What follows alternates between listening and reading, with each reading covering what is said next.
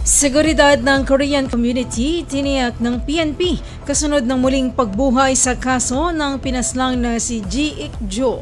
Mula sa Campo Crame may ulat si J. Mark Dagala. Radyo Pilipinas Report.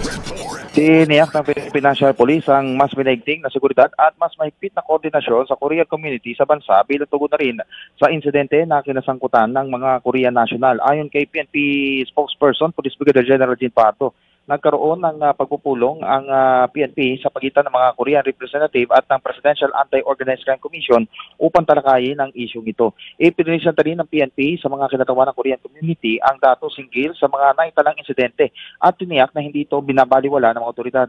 Kabilang na rito ang traffic accidents, robbery at alarms and scandal.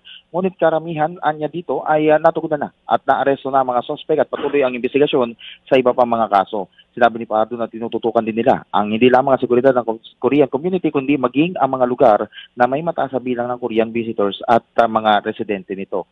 Isa sa mga hakbang ang pagtatatag ng Korean Assistance Desk sa mga piling lugar. Ginawa ng PNP ang pahayag alinsunod na rin sa direktiba ni Executive Secretary Lucas Bersamin na pakatutukan ang seguridad ng mga Korean national bunsod na rin ng pagbuhay sa kaso ng pagpatay kay Ji Ik-jo.